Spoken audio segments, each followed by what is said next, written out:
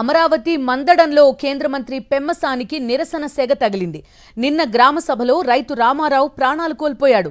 రైతు కుటుంబాన్ని పరామర్శించేందుకు వెళ్లిన పెమ్మసానిపై రైతు కుటుంబం ఆగ్రహం వ్యక్తం చేసింది.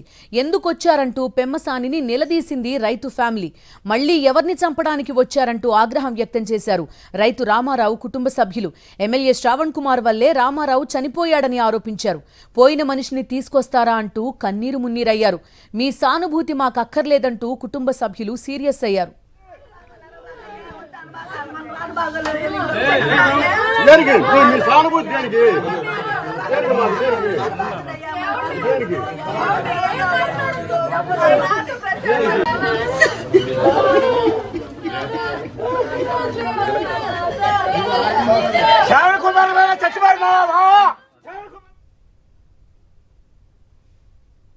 చూస్తున్నాం రైతు కుటుంబం ఆవేదన చూస్తున్నాం. పోయిన మనిషిని తీసుకొస్తారా, ఎవరికి సానుభూతి అంటూ కూడా కుటుంబ సభ్యులు ప్రశ్నిస్తున్నారు. కేంద్ర మంత్రి పెమ్మసాని అక్కడికి వెళ్లిన నేపథ్యంలో ఈ పరిణామాలు చోటు చేసుకున్నాయి. మా కరెస్పాండెంట్ అశోక్ పూర్తి వివరాలు అందిస్తారు.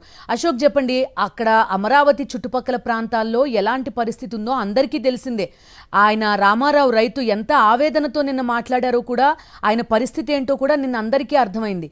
అటువంటి ఒక వ్యక్తి చనిపోయిన పరిస్థితుల్లో చూస్తున్నాం, కుటుంబ సభ్యులు నిలదీస్తున్నారు వచ్చిన కేంద్ర మంత్రిని. మీ దగ్గరున్న వివరాలేంటి? నిన్న రాజధాని రైతు రామారావు ఎలాంటి ఆవేదన వ్యక్తం చేశారో మంత్రి నారాయణ అలానే శ్రవణ్ కుమార్ ముందు ఈరోజు అలాంటి ఆవేదన వ్యక్తమైంది. పెమ్మసాని చంద్రశేఖర్ అలానే ఎమ్మెల్యే శ్రవణ్ కుమార్ అక్కడికి వెళ్ళినప్పుడు అలాంటి ఆవేదన వ్యక్తమైంది. వాస్తవంగా తరతరాల నుంచి వస్తున్న భూమి అంటే రైతుకు అమ్మలాంటిది. అలాంటి భూమిని రాజధాని కోసం ఇచ్చిన తర్వాత ప్రభుత్వం పూర్తిగా ఆ కుటుంబాన్ని మోసం చేసింది, దగా చేసింది అని చెప్పుకోవచ్చు. ఇప్పుడు కష్టపడి సంపాదించి కట్టుకున్న ఇల్లు, లేకపోతే తరతరాల నుంచి వస్తున్న రామారావు ఇల్లును కూడా రోడ్డు నిర్మాణంలో తొలగిస్తామని చెప్పడంతో నిన్న సమావేశానికి వెళ్లారు గ్రామ సభకి. అక్కడ ఆయన ఆవేదన వ్యక్తం చేశారు.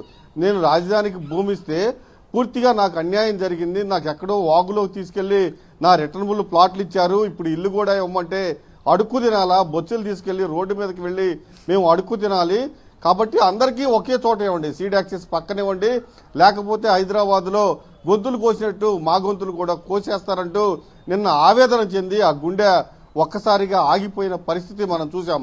ఇవాళ కేంద్ర మంత్రి పెమ్మసాని చంద్రశేఖర్తో పాటు స్థానిక ఎమ్మెల్యే కూడా ఆ కుటుంబాన్ని పరామర్శించడానికి వాళ్ళ ఇంటికి వెళ్లారు.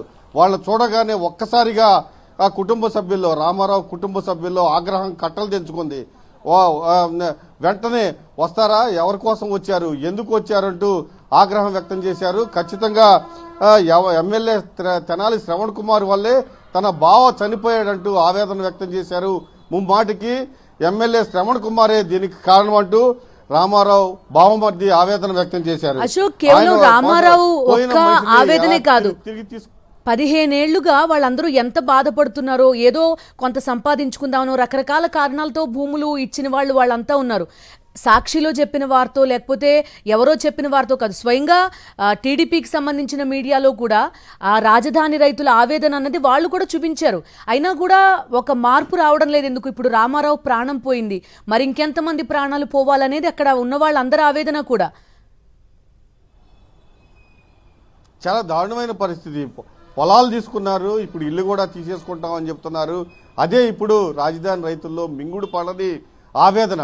పూర్తిగా కుటుంబ సభ్యులు, రామారావు కుటుంబ సభ్యులు అదే చెప్తారు. ఖచ్చితంగా మీ వల్లే రామారావు చనిపోయాడు, పోయిన మనిషిని ఎలా తీసుకువస్తారు, మీ సానుభూతి మాకు అక్కర్లేదని కూడా తేల్చి చెప్పారు, తెగేసి చెప్పారు, ఆగ్రహించారు, ఆవేదన వ్యక్తం చేశారు. ఒకవైపు కుటుంబ సభ్యుల్ని తెలుగుదేశం నేతలు వారిస్తూ ఉన్నారు. మీకేం తెలుసు, మా బాధ మీకేం తెలుసు అంటూ తెలుగుదేశం నాయకులపైన కూడా ఆగ్రహం వ్యక్తం చేసిన పరిస్థితి.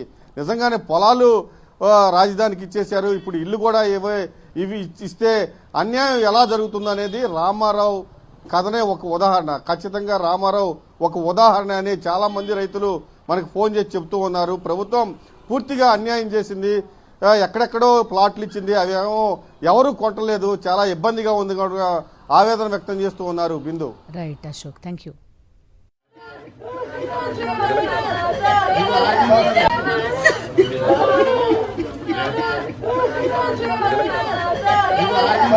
శ్రవణ్ కుమార్ చచ్చిపోయి మా బావ, శ్రవణ్ కుమార్ చచ్చిపోయి మా బావ అంతే.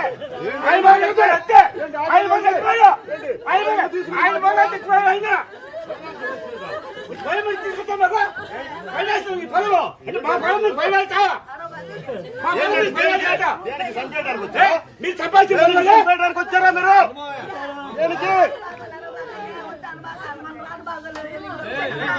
దేనికి మీ సానుభూతి దేనికి దేనికి